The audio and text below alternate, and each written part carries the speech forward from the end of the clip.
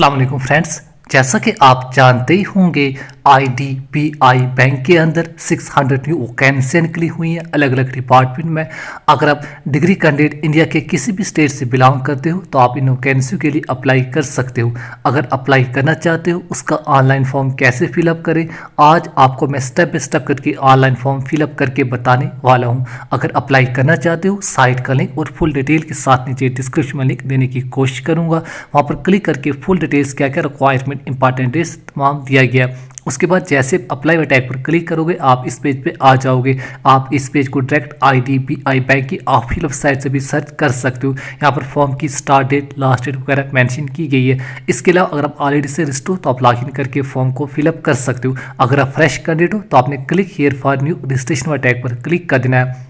जैसे आप click here for new registration वाले टैग पर क्लिक करोगे आपके सामने एक न्यू पेज ओपन हो जाएगा। यहाँ पर 1 2 3 4 5 6 स्टेप में पूरे फॉर्म को आपको कंप्लीट करना पड़ेगा। पहले आपको वन टाइम रजिस्ट्रेशन कंप्लीट करनी पड़ेगी। रजिस्ट्रेशन कंप्लीट करने के लिए अब आप जिस भी कैंडिडेट का या खुद का फॉर्म फिलअप कर रहे हो उस कैंडिडेट का अपने नाम मेंशन कर देना है। ध्यान दें फर्स्ट कॉलम में सिर्फ फर्स्ट नेम मेंशन करने के बाद दोबारा से कंफर्म फर्स्ट नेम है उसी फर्स्ट नेम को आपने दोबारा से रिपीट कर लेना है। फर्स्ट नेम 2 बार मेंशन करने के बाद अगर आपका कोई भी मिडिल नेम है तो आपने मिडिल नेम को 2 बार मेंशन करना है। अगर मिडिल नेम नहीं है तो मिडिल नेम को ब्लैंक छोड़ के लास्ट कॉलम में लास्ट नेम मेंशन करने के बाद दोबारा से कंफर्म लास्ट टाइम में उसी नाम को आपने दोबारा से रिपीट कर लेना है। लेकिन ध्यान रहे नाम आपने वही मेंशन करना है जो आपकी 10th क्लास की मार्कशीट पर मेंशन होगा।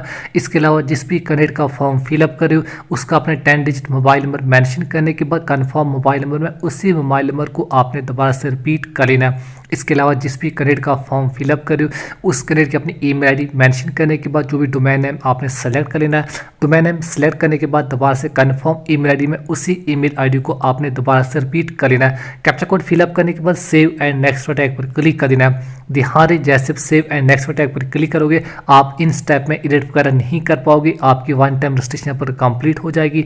आपको एक रजिस्ट्रेशन नंबर एंड पासवर्ड दिया जाएगा। मैं रेकमेंड करूँगा आपने इस रजिस्ट्रेशन नंबर पासवर्ड को नोट डाउन कर लेना है। अब आप इसी रजिस्ट्रेशन नंबर इसी पासवर्ड के जरिए बाद में कभी भी लॉगिन कर सकते हो। नीचे अपने ब्राउज वाले टैग पर क्लिक करके जिस भी कैंडिडेट का फॉर्म फिलअप करे उसका अपने फोटो अपलोड कर लेना है। नीचे ब्राउज वाले टैग पर क्लिक करके अपना सिग्नेचर अपलोड कर लेना है। फोटो का साइज आपने 20 KB से लेकर 50 KB के दरमियान अपलोड कर लेना है और सिग्नेचर का साइज आपने 10 KB से लेकर 20 KB के दरमियान अपलोड कर लेना है। आई कंफर्म टैग पर क्लिक करने के बाद नीचे अपने नेक्स्ट टैग पर क्लिक कर देना है। जैसे आप नेक्स्ट टैग पर क्लिक करोगे आपके 2 स्टेप पेपर कंप्लीट हो जाएंगे। अब आपका 3rd स्टेप यानी डिटेल्स का पेज ओपन हो जाएगा। चलिए थोड़ा सा पर नीचे आ जाते हैं। नीचे आने के बाद सबसे पहले अब आप किस पोस्ट के लिए आप अप्लाई करना चाहते हो।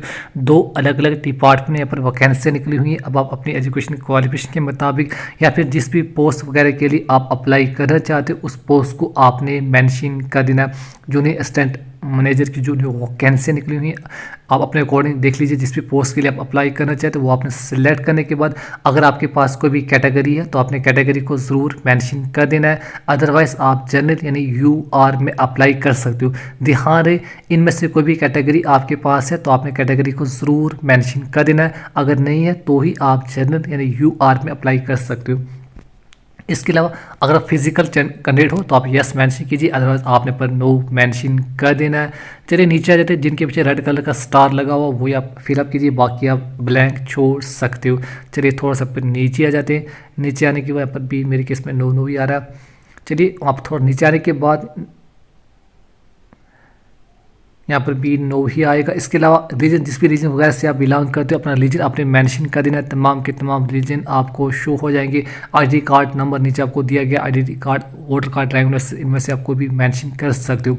इसके अलावा जिस भी रीजन वगैरह से आप बिलोंग करते हो अपना रीजन आपने यहाँ पर सेलेक्ट कर लेना है। तमाम के तमाम रीजन आपको शो हो जाएंगे। अब आप जिस भी रीजन वगैरह से आप बिलोंग करते होंगे आपने अपना रीजन यहाँ पर मेंशन कर देना है।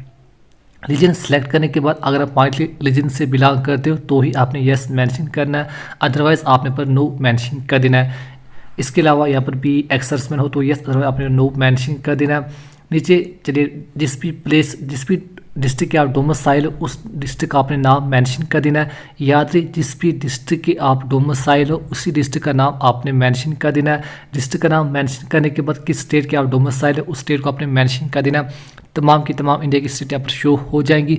अब आप जिस भी स्टेट वगैरह से आप बिलोंग करते हो, यहाँ पे जिस भी स्टेट के आप डोमिसाइल हो उसी स्टेट को आपने मेंशन कर देना है। आप अपने अकॉर्डिंग ही स्टेट को मेंशन कीजिए। नेशनल यहाँ पर मैक्सिमम पर इंडियन ही आएगा, मेरे केस में पर इंडियन ही आ रहा है। चलिए यहाँ पर मैक्सिमम कंट्री यहाँ पर इंडियन ही आएगा।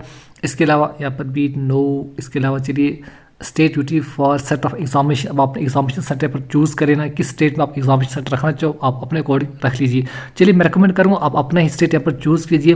तमाम की तमाम स्टेट आपको शो हो जाएंगे। अब आपका जो भी लोकल स्टेट है यहाँ पर जिस भी स्टेट में आप एग्जामिनेशन सेंटर देना चाहो उस स्टेट को आपने चूज़ कर लेना है। तमाम के तमाम स्टेट आपको शो हो जाएंगे। जिस भी स्टेट में आप एग्जामिनेशन सेंटर रखना चाहते हो उस स्टेट को आपने मेंशन कर देना। आप कोई सा भी स्टेट यहाँ पर चूज़ कर सकते हो। मैं रिकमेंड करूँगा आपने अपना ही स्टेट यहाँ पर चूज़ कर लेना है। स्टेट सेलेक्ट करने के बाद आपके स्टेट में जितने भी एग्जामिनेशन सेंटर होंगे तमाम के तमाम सेंटर आपको शो हो जाएंगे। अब आपने अपना लोकल नज़दीक का सेंटर चूज़ कर लेना। आपके स्टेट में जितने भी सेंटर होंगे तमाम के तमाम एग्जामिनेशन सेंटर आपको शो हो जाएंगे। मैं रेकमेंड करूँगा जो भी आपका लोकल नज़दीक का सेंटर आपने वही यहाँ पर चूज़ कर लेना। इसके अलावा जोन ऑफ पोस्टिंग आप अपने अकॉर्डिंग ही देख लीजिए। जो भी आपको लोकल नज़दीक का बढ़ता होगा आप अपने अकॉर्डिंग ही मेंशन कीजिए। आप कहाँ पर यहाँ पर पोस्टिंग वगैरह बाद में करना चाहते हो ज्वाइनिंग, तो आप अपने अकॉर्डिंग ही देख लीजिए। जो भी इनमें से लोकल नज़दीक का एड्रेस पड़ता होगा आपने वो यहाँ पर चूज़ कर लेना है। नीचे आने के बाद आइडेंटिटी प्रूफ डॉक्यूमेंट आपने voter I card, driving licence, PAN card, इनमें से कोई भी एक डॉक्यूमेंट आपने सेलेक्ट कर लेना।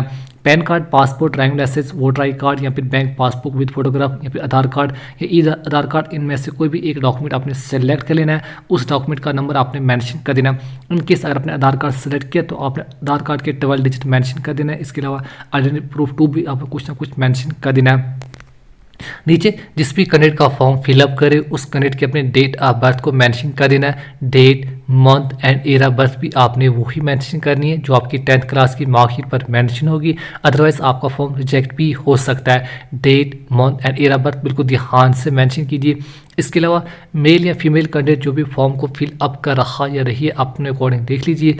सिस्टर अगर ट्वाइस ब्रदर एंड सिस्टर तो आप ये यस मेंशन कीजिए, अदरवाइज आपने पर नो मेंशन कर देना है। नीचे मैड अनमैड जो भी फॉर्म को फिलअप कर रहा या रही आप अपने अकॉर्डिंग ही देख लीजिए। इसके अलावा जिस भी कैंडिडेट का फॉर्म फिलअप करे उसका अपने फादर नेम मेंशन कर देना है। फादर नेम मेंशन करने के बाद अपना मदर नेम आपने मेंशन कर देना है। ध्यान रहे आपका नाम, parentage, date of birth 3 column आपने वही मेंशन करने हैं जो आपकी 10th क्लास की मार्कशीट पर मेंशन होंगे। अदरवाइज बाद में आपको प्रॉब्लम वगैरह आ सकती है। इसके अलावा जिस भी कैंडिडेट का फॉर्म फिलअप करे 1 बाय 1 करके फुल लोकल एड्रेस मेंशन कर देना है। पहले लोकल एड्रेस, इसके अलावा डिस्ट्रिक्ट नाम, इसके अलावा किस स्टेट से आप बिलोंग करते हो आपने अपना ही स्टेट यहाँ पर चूज़ कर लेना। इसके अलावा पिन कोड, तमाम एड्रेस मेंशन करने के बाद अगर आपका parameter address, corporate address same है तो आपने सेम एज पर कॉर्पोरेट एड्रेस टैब पर क्लिक कर देना है। इन केस अगर आपका अलग से है तो आप अलग करके भी मेंशन कर सकते हो। नीचे यहाँ पर जीएसटी इनवॉइस आप इनमें से कोई भी एक यहाँ पर सेलेक्ट कीजिए। Parameter address and corporate address इनमें से कोई भी एक आप मेंशन कर सकते हो अपने अकॉर्डिंग। उसके बाद आपने सेव एंड नेक्स्ट टैग पर क्लिक कर देना है। तमाम डिटेल्स एक बार दोबारा से चेकआउट कीजिए। उसके बाद जैसे आप सेव एंड नेक्स्ट टैग पर क्लिक करोगे आपके सामने एक न्यू पेज ओपन हो जाएगा। यहाँ पर डिग्री से लेकर जो भी हायर क्वालिफिकेशन है 1 बाय 1 करके तमाम हायर क्वालिफिकेशन को आपने मेंशन कर देना है। पहले डिग्री क्वालिफिकेशन, कॉलेज का नाम, इसके अलावा यूनिवर्सिटी का नाम, किस कॉलेज से आपने जो ग्रेजुएशन की डिग्री की होगी उस कॉलेज का आपने नाम मेंशन करने के बाद नेक्स्ट कॉलम में उस यूनिवर्सिटी का नाम आपने मेंशन कर देना है। इसके अलावा आपके केस में BA, BCom, BSc, BTech, agriculture या अदर इनमें से कोई भी जो भी आपकी क्वालिफिकेशन थी, डिग्री क्वालिफिकेशन आपने उसी के ऊपर सेलेक्ट कर लेना। बीटेक जो भी आपकी क्वालिफिकेशन थी उसको आपने मेंशन कर देना। इसके अलावा date of passing, date, month and year of passing आपने वही मेंशन करनी है जो आपकी फाइनल ईयर की मार्कशीट पर मेंशन होगी। Date, month and year of passing आपने वही मेंशन करनी है जो आपकी फाइनल ईयर की मार्कशीट पर मेंशन होगी। इसके अलावा टोटल परसेंटेज ऑफ मार्क्स आपने मेंशन करने के बाद आपके केस में ग्रेड्स फर्स्ट, सेकंड, थर्ड आप अपने अकॉर्डिंग ही देख लीजिए। ग्रेजुएशन की डिटेल्स मेंशन करने के बाद नीचे ग्रेजुएशन की तमाम डिटेल्स आपको मेंशन करनी पड़ेगी। आपके केस में सेमेस्टर वाइज या फिर ईयर वाइज थे आप अपने अकॉर्डिंग मेंशन कीजिए। तो जितने भी सेमेस्टर आपके थे तमाम 1 2 3 4 5 6 7 8 जितने भी सेमेस्टर या ईयर आपके थे आपने 1 बाय 1 करके हर सेमेस्टर के कि आपने कितने मार्क्स ऑब्टेन किए, टोटल नंबर ऑफ मार्क्स अलग अलग करके आपने मेंशन कर देने। हर सेमेस्टर का आपने अलग अलग करके मेंशन कर देना। आपने फर्स्ट सेमेस्टर में कितने मार्क्स दिए, total number of marks first semester में कितने थे। इसके अलावा सेकंड सेमेस्टर में आपने कितने मार्क्स लिए, सेकंड सेमेस्टर में टोटल नंबर ऑफ मार्क्स कितने थे। वन बाय वन करके जितने भी आपके सेमेस्टर या ईयर थे आपने तमाम सेमेस्टर वाइज पर marks, total number of marks mention कर देने। इसके अलावा डिग्री से लेकर आपकी कोई भी हायर क्वालिफिकेशन है, पोस्ट ग्रेजुएशन या अदर क्वालिफिकेशन, आपने वन बाय वन करके तमाम क्वालिफिकेशन को मेंशन कर देना है। अगर नहीं है तो आप इन कॉलम को ब्लैंक छोड़ सकते हो। नीचे कंप्यूटर नॉलेज आपको होना चाहिए, जब मेरे केस में है तो मैं यस मेंशन कर देता हूँ। यस मेंशन करने के बाद डिटेल्स ऑफ कंप्यूटर नॉलेज, आपके केस में डिग्री डिप्लोमा जो भी है आप अपने अकॉर्डिंग उसको यहाँ पर बॉक्स में मेंशन कीजिए। अगर आपके पास वर्क एक्सपीरियंस है तो यहाँ पर तो आप कहाँ से लेकर कहाँ तक पे स्केल, ऑर्गेनाइजेशन का नाम वगैरह आपने मेंशन कर देना है। नीचे जिस लैंग्वेज में आपको रीड, राइट एंड स्पीक वगैरह आती होगी उस लैंग्वेज को आपने मेंशन कर देना है। आपके केस में जिस लैंग्वेज में आपको रीड, राइट एंड स्पीक वगैरह आती है उस लैंग्वेज को मेंशन करने के बाद जो आगे बॉक्स बने हुए इन बॉक्स पर टिक मार्क आपने लगा देना है। कम से कम एक लैंग्वेज आपने ज़रूर मेंशन कर देनी। बाकी 1 2 3 4 5 लैंग्वेज आप मैक्सिमम यहाँ पर ऐड कर सकते हो जिनमें आपको रीड, राइट एंड स्पीक वगैरह आती होगी। जो भी आपकी स्टेट की लोकल लैंग्वेज उसका आना ज़रूरी है, याद रहे। उसके बाद आपने सेव एंड नेक्स्ट टैग पर क्लिक कर देना है। तमाम ट्रेड्स मेंशन करने के बाद जैसे सेव एंड नेक्स्ट टैग पर क्लिक करोगे आपके सामने लगभग लास्ट पेज ओपन हो जाएगा। यहाँ पर जितनी भी डिटेल्स अभी तक आपने फिलअप की, आपका नाम, parentage, date of birth, mobile number, email ID, local address, आपकी एजुकेशन क्वालिफिकेशन, तमाम की तमाम डिटेल्स आपको शो हो जाएंगी। आप वन बाय वन करके तमाम डिटेल्स को एक बार ज़रूर चेकआउट कीजिए। नाम, parentage, date of birth, mobile number, email ID, local address, आपकी एजुकेशन क्वालिफिकेशन, तमाम बॉक्स आपको दिए गए। आप वन बाय वन करके तमाम डिटेल्स को चेकआउट कीजिए। अगर तमाम डिटेल्स ठीक है तो आपने नीचे आने के बाद आई एग्री वाले टैग पर क्लिक करने के बाद कंप्लीट रजिस्ट्रेशन वाले टैग पर क्लिक कर देना है। ध्यान रहे कंप्लीट रजिस्ट्रेशन वाले टैग पर क्लिक करने के बाद आप इन स्टेप में एडिट वगैरह नहीं कर पाओगे। अगर तमाम डिटेल्स ठीक है तो ही आपने कंप्लीट रजिस्ट्रेशन वाले टैग पर क्लिक कर देना है। जैसे कंप्लीट रजिस्ट्रेशन वाले टैग पर क्लिक करोगे अब आपसे थंब इंप्रेशन और आपके सेल्फ डिक्लेरेशन आपको अपलोड करनी पड़ेगी। थंब इंप्रेशन और सेल्फ डिक्लेरेशन अपलोड करने के बाद आपको इसकी payment online net banking, credit card, debit card, ATM card के जरिए इसकी पेमेंट वगैरह करनी पड़ेगी।